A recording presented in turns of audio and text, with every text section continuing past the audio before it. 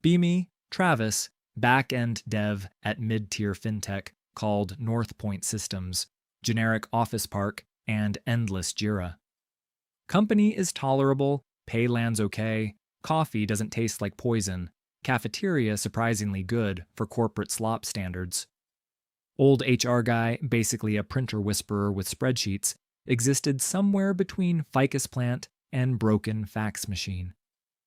Life felt like normal adult misery, deadlines, outages, some crunch, nothing ideological, just capitalism in a stained button-up. One Monday morning, inbox pings with company-wide email. Subject line, welcoming our new head of people and culture. HR, apparently too boring as a name, needs Marvel origin story with manifesto, diversity adjectives, and spiritual awakening promises. All hands meeting gets scheduled, everyone dragged into big conference room, smelling like whiteboard markers and cold pizza ghosts. CEO appears with this woman, early 30s, razor-sharp blazer, pastel streak in hair, 1,000-yard LinkedIn influencer stare. Enamel pins on her lapel scream, "Smash the patriarchy," and "She slash her," like achievements unlocked in a gender studies speedrun. CEO gives short speech about evolving culture and psychological safety, then hands her microphone like passing sacred cursed relic. New HR queen introduces herself as Riley Pierce, voice calm, rehearsed, every word feels pre-approved by 3 think pieces. She launches into monologue about historic injustice, male-coded workspaces, centuries of unpaid feminine labor, all wrapped in corporate buzzwords. Room goes quiet as she repeats, "Unsafe for women," while nearest real hazard is suspicious yogurt fermenting in fridge.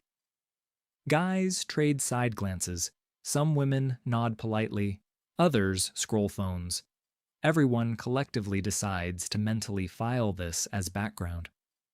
My brain says we'll get couple cringe Zoom modules on bias, mandatory quiz, then business returns to familiar chaos.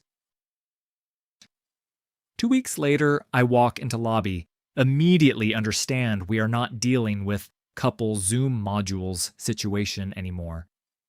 Reception area looks like Feminist pop-up museum, curated by Tumblr and funded by a concussion and 3 bottles Prosecco. Life-sized mannequins in men's suits hang from cables, ties drenched in fake blood, plaques reading, "This is your institutional violence." Front doormat no longer says welcome. Instead, bright red letters scream, "Wipe your male ego here," beneath company logo.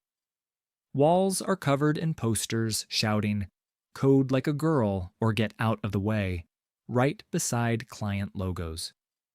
Receptionist leans toward me and whispers that Riley called this a liberating visual intervention against patriarchal corporate aesthetics. Friday arrives, and apparently visual intervention isn't enough. Now cafeteria receives email announcing rollout of Meatless Fridays initiative. Email states nobody forced, then describes special seating area for meat eaters, softly lit red table labeled carnivore zone. First Friday, I grab burger, cashier sheepishly points to glowing exile table like I just requested powdered orphan bones. Next week, nearly every guy sits in carnivore zone. Riley walks past twice, snaps photos, quietly smirks like collecting trophies. Still tell myself it's cringe set dressing, not structural, actual work seems functioning, servers mostly not on fire. Hope dies when inbox spits out, "Compensation Equity Project." Subject line sugary enough to hide arsenic dripping underneath. Email declares salary differences are structural oppression, announces move toward unified fare band for all contributors at same level. Document lists affected roles, includes devs, support, kitchen, reception, junior analysts, basically everyone not already collecting executive bonus stock. Next paycheck arrives shrunken. HR portal shows my salary magically dieted down toward cafeteria cook Jason's previous number. Lunchtime, Jason loudly celebrates that he now earns almost as much as those keyboard wizards who stare at logs. Blame him 0%, man flips patties, someone else decided back-end and burger flipping deserve identical financial appreciation. Sit in small glass office with manager later. He sighs, mutters about budgets, repeats sentence, strategy came from Riley. Manage weak joke about writing SQL queries in ketchup on buns instead of screens. Laugh, then feel something quietly tear. Брели успеваю обработать это, как прилетает новая рассылка. Заголовок Combating the objectifying male gaze through uniformity. Summary claims clothing reinforces desirability hierarchy. Proposes solution introduce unisex jumpsuits to equalize visual presence and reduce unwanted observation. Company ordered limited batch of gray jumpsuits, shapeless sacks, resembling collaboration between garbage bag and psychiatric ward uniform. Fine print says supply limited. Therefore, in solidarity, men will pilot uniform policy first, while women adjust gradually. Next morning, half the male staff, including me and my buddy Mark, shuffle around looking like discounted NPCs from Asylum Simulator. Women wear regular clothes, some giggle, some appear genuinely touched. Commentary about finally not being the only ones monitored. That day, Heliocore client delegation visits, steps into lobby, sees blood mannequins, ego mat, and row of male potato bags. One of their guys leans over colleague, whispers loud enough for echo. Is this supposed to be a joke or cult? Account manager laughs, brittle corporate laugh. I stare at floor through slit of zipper, praying server metrics look less insane. Brain still clings to idea. Maybe she runs out of stunts eventually. Normalization returns. Denial speedrun any therapist would recognize. Instead, another email lands with pastel graphics. Subject, Emotional Anchor Program. Promising revolutionary support for women's psychological burden. Riley explains that every woman deserves dedicated male ally acting as emotional anchor, available for listening whenever feelings overflow. Scroll down and see my calendar screenshot embedded in email, with new recurring blocks named Support Session with Alyssa. Couple lines below sits Check in with Grace, both marked mandatory. No one asked whether back-end throughput tolerates part-time therapy. First session, small meeting room, Alyssa spends 40 minutes describing how ex-boyfriend weaponized silence and stole her air fryer. Slack explodes in background on my laptop. Cluster metrics spike. Mark DMs. Dude, where the hell are you? Pods screaming. Second session, Grace confesses fear of leaving wrong emoji reactions in channels. Worries everyone silently judging her digital tone.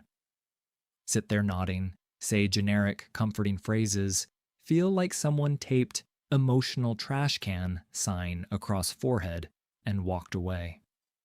Week passes, Jira board for my team begins resembling archaeological dig site with layers of unresolved tickets and forgotten estimates. Manager approaches carefully, voice soft, mentions noticing performance dip, asks if everything okay, in life or workload or something. Answer that workload includes unpaid counseling minors, but mouth instead says, I'll catch up, appreciate concern, everything totally manageable. Couple weeks later, another announcement arrives. Introducing our inner child room, promising revolutionary space to reconnect with playful vulnerability. Fifth floor conference room becomes pastel sanctuary, fairy lights, beanbags, coloring books, stuffed animals, framed quotes about self-soothing. Message states, women can retreat anytime they feel overwhelmed. No explanation necessary. Work must yield to emotional restoration. Day of huge heliocore release arrives. Whole office buzzing, dashboards up, people caffeinated enough to hear colors humming. Watch logs. See errors that should route to support. Open ticket list. Discover silence. No one taking assigned incidents. Walk to support row. See empty chairs, spinning swivel ghosts, gentle laughter floating down hallway from inner child wonderland. Peek inside room. Half-female support team sits cross-legged coloring mandalas. One watches cartoon unicorn helping traumatized llama.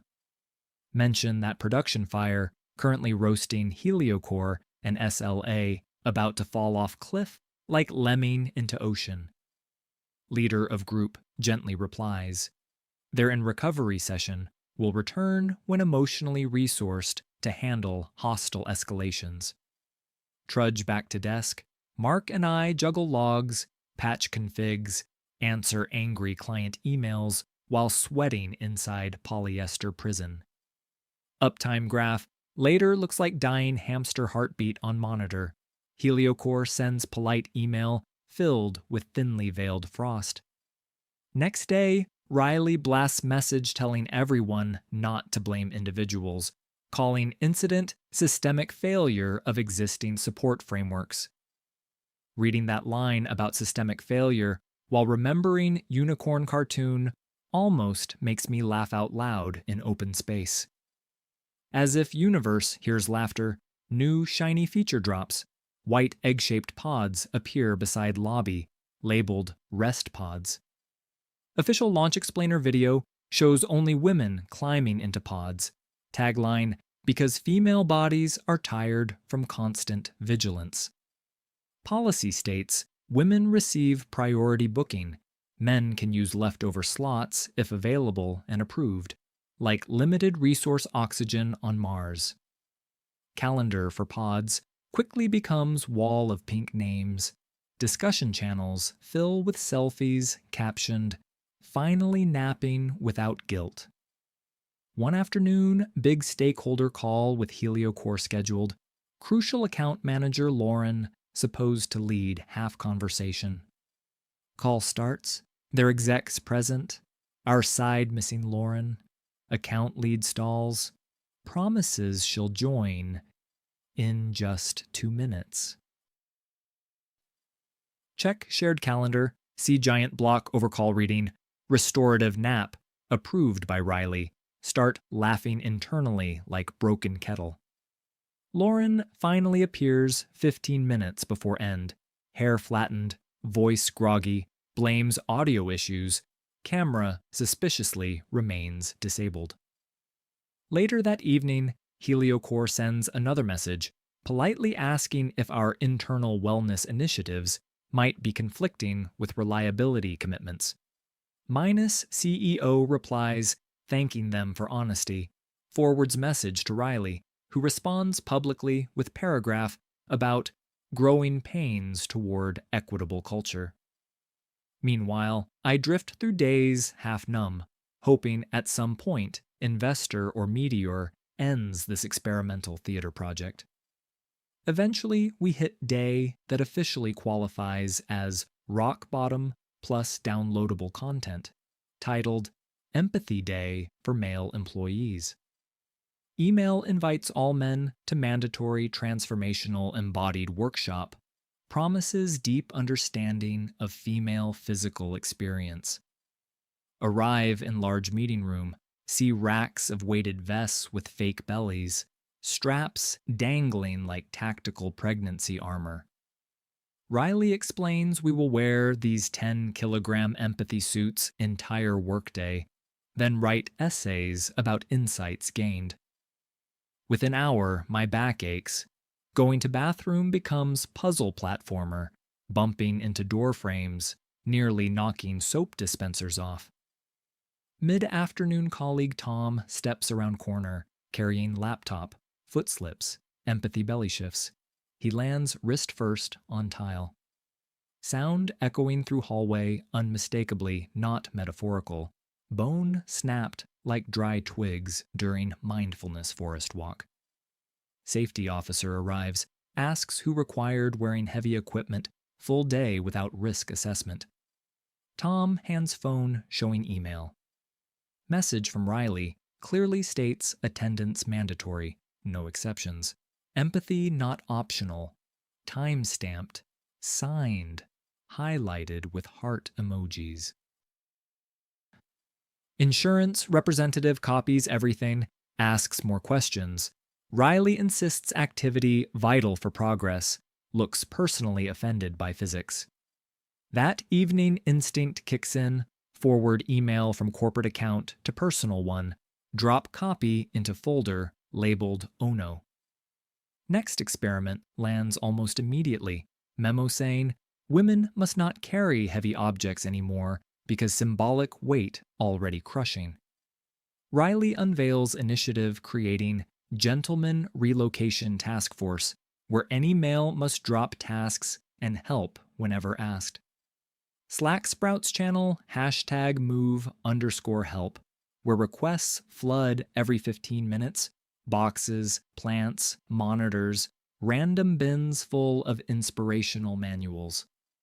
Sitting deep in debugging session one day, notification pings. Travis, please assist Emily with equipment relocation. Be a good ally. Save changes, jog down hallway, spend 20 minutes hauling boxes of branded pamphlets and outdated monitors into new marketing shrine. Return to desk mentally disassembled. Try remembering what variable controlled rate limit. Realize context evaporated like remaining morale. Deadline week turns into obstacle course, repeatedly dragged away from code to lift chairs, printers, potted trees, any object heavier than mug. Release for HelioCore predictably slips. Manager calls short meeting, asks gentle questions about where time keeps evaporating. Open Slack logs, show chain of pings, summoning me to physically manifest chivalry, while production server wheezes alone. Manager rubs forehead, mutters about not wanting war with HR, promises to raise concern carefully, never mentions it again. One particularly cursed evening, all these policies collide like clowns driving separate cars into one tiny burning garage. Critical cluster hosting HelioCore features crashes, alerts shriek. We need quick coordination between support, dev, and account management. Mark and I are present, wearing faded jumpsuits, staring at dashboards resembling EKG of caffeinated squirrel suffering heart attack. Support desks sit empty, one specialist scheduled for trauma recovery nap, another reserved inner child room for prolonged journaling session. Messages to them trigger auto-replies about being temporarily offline for emotional processing, suggestion to contact backup who also offline. HelioCore technical director calls directly, voice controlled but angry, asks why response dragging when they pay for premium support.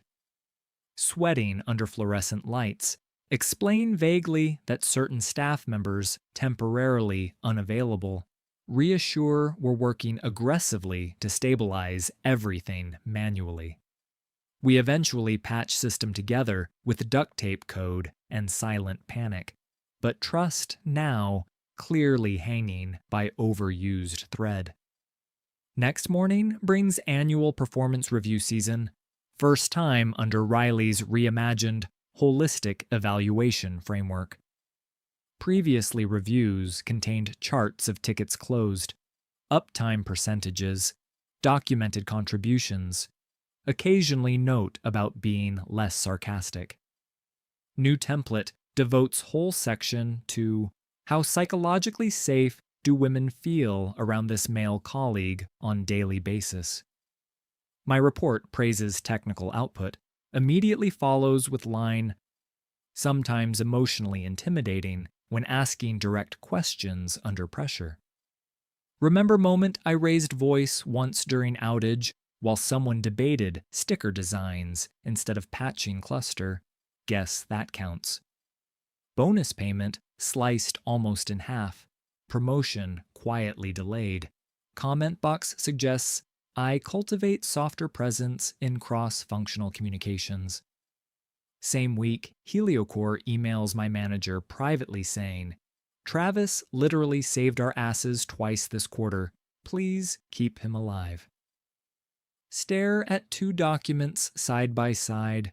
Corporate universe decides feelings outrank functioning systems. Motivation slides gently into grave. Yet, instead of turning into calculated avenger, mostly just go quieter, do tasks, crack darker jokes with Mark near coffee machine. Week later, new initiative arrives titled Men in the Kitchen, promising radical empathy with invisible domestic labor. Policy states every male employee must spend designated hours helping cafeteria staff with cooking and cleaning each month. Schedule appears. I now officially split between back-end development, emotional support, furniture moving, empathy cosplay, and burger flipping. Look at updated salary still hovering near Jason's old pay. Realize mathematically, I might as well lean into grill career. Half-jokingly ask Jason whether he needs permanent helper online. He shrugs. Says extra hands always useful when lunchtime insane. Send manager email proposing I take more kitchen shifts while product work reorganizes. Phrase it as stress management experiment. Manager replies that if it helps me cope, go ahead. Adds depressing sentence. Difference in output hardly noticeable these days anyway. Few days later, stand behind cafeteria counter, wearing paper hat over jumpsuit, carefully flipping patties while podcast murmurs in earbuds. Mark walks in for coffee, nearly drops cup when recognizes me, blurts, Bro, our strongest back-end dev is now back-end for meat. Laugh with him, but there's weird calm under everything, because at least burgers make sense, unlike PowerPoint-shaped crusades. Late evenings, kitchen quiets down, sit at corner table with laptop, sorting through forwarded emails and screenshots like amateur archivist. Collect Riley's greatest hits, mandatory empathy vests, nap schedules overlapping client calls, support coloring during incidents, compensation graphs, everything documented accidentally. Don't see it as revenge plan, more like sanity audit. Proof this really happened and wasn't bizarre stress dream. Then, Heliocore finally escalates above usual polite concern, sending long message directly to CEO about culture impacting reliability and commitments. Minus CEO had been traveling for funding rounds, mostly consuming Riley's deck slides showing skyrocketing female engagement and glossy wellness photos. Client email apparently hits different, because one random morning rumor spreads he's in building doing unscheduled walkthrough of actual workspace. He strolls through lobby, pauses at bleeding mannequins, ego mat, posters screaming slogans next to logos, paying actual invoices. Walks past row of gray jumpsuit men, women in casual clothes, everyone trying to appear normal in art installation asylum. Peak of inner child room shows adults coloring cartoons during workday. His expression shifts from confusion to cautious horror. Eventually, he wanders into cafeteria and sees me behind grill, company polo under apron, carefully layering cheese slices. Stops mid-step, stares for full 10 seconds, like computer encountering fatal error screen and refusing to reboot. Finally asks why one of lead backend developers is flipping burgers during core business hours instead of touching code. Explain salary now miraculously matches kitchen staff, plus men in the kitchen encourages embracing invisible domestic labor, so here I am. Mention equal pay and cultural alignment, half joking that this might be most efficient way to respect framework she built. Something changes in his eyes, kind of look people get when realizing house foundation is termites instead of concrete. He quietly asks me to join him in small meeting room, promises this isn't disciplinary, just wants honest description. Inside glass box, he says he's been reading positive cultural reports. Then heliocore message shook trust, needs ground truth desperately. Starting from lobby art, describe everything, not polished narrative, just chain of, then she did this, then that happened. Talk about equal pay, flattening salaries, key engineers quitting, jumpsuits, carnivore zone, male emotional anchor duty eating work hours. Explain inner child room outage, nap pod absence during client call, empathy vests, Tom's broken wrist, insurance investigator asking heavy questions. Mention furniture moving brigade, dragging devs away from tickets, men in the kitchen, my transition to part-time burger whisperer. Open laptop, show forwarded emails, calendar screenshots, heliocore incident logs. His face goes from tired to extremely focused. He asks me calmly to forward all evidence to his personal address. Thanks for not screaming about this sooner. That afternoon, office buzz changes, whispers about legal meeting upstairs. Someone saw a spreadsheet of menstrual cycles open on projector. Apparently, word illegal appeared several times, along with phrase exposure to lawsuits, which usually motivates executives faster than anything. Next morning, invite appears for closed-door meeting with CEO, Riley, legal, finance, several managers, somehow includes my name too. Conference room feels like reality show finale, only prize is not being attached to flaming wreckage when credits roll. CEO starts politely, asks Riley to share achievements since hiring, gives her full stage to paint best possible narrative.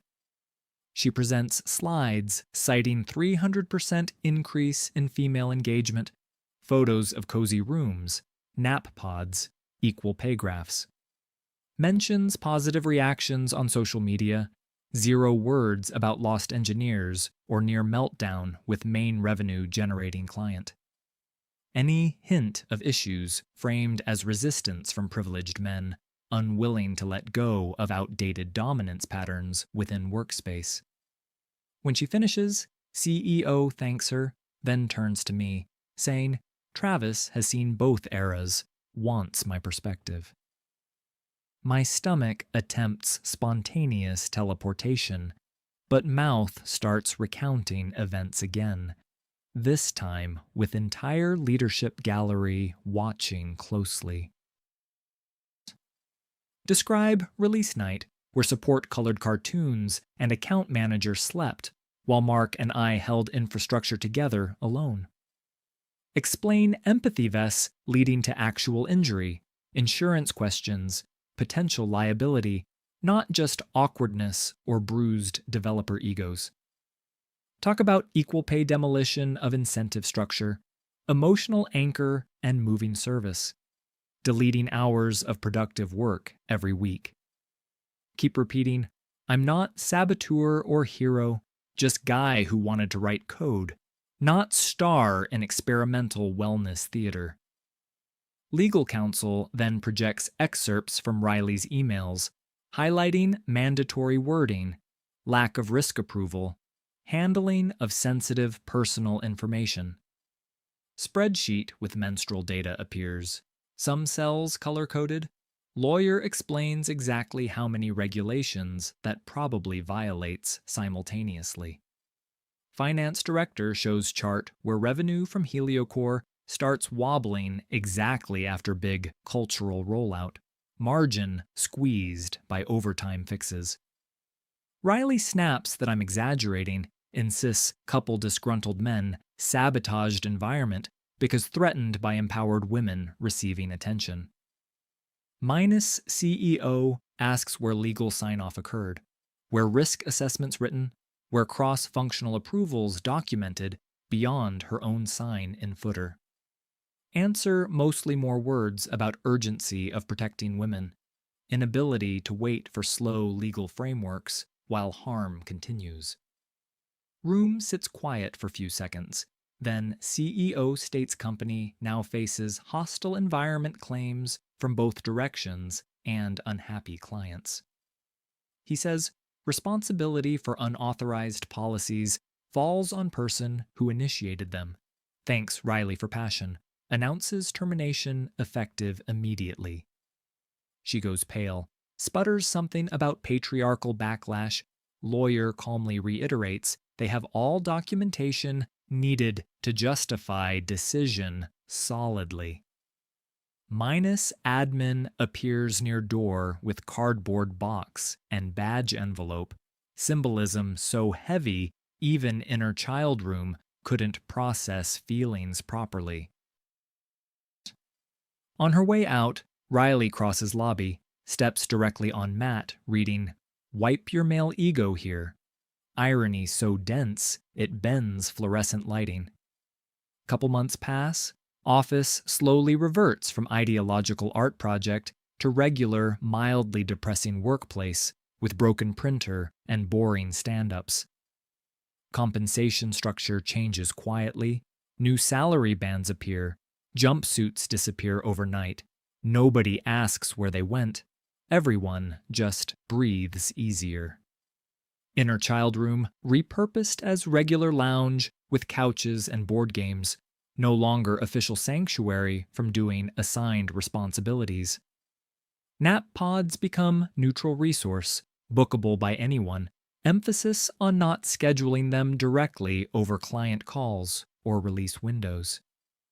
Carnivore zone table removed, now just bland laminate island where everyone eats whatever without moral lighting effects. Spend less time in kitchen, more in IDE, although still help Jason occasionally because cooking actually relaxing when not mandatory propaganda.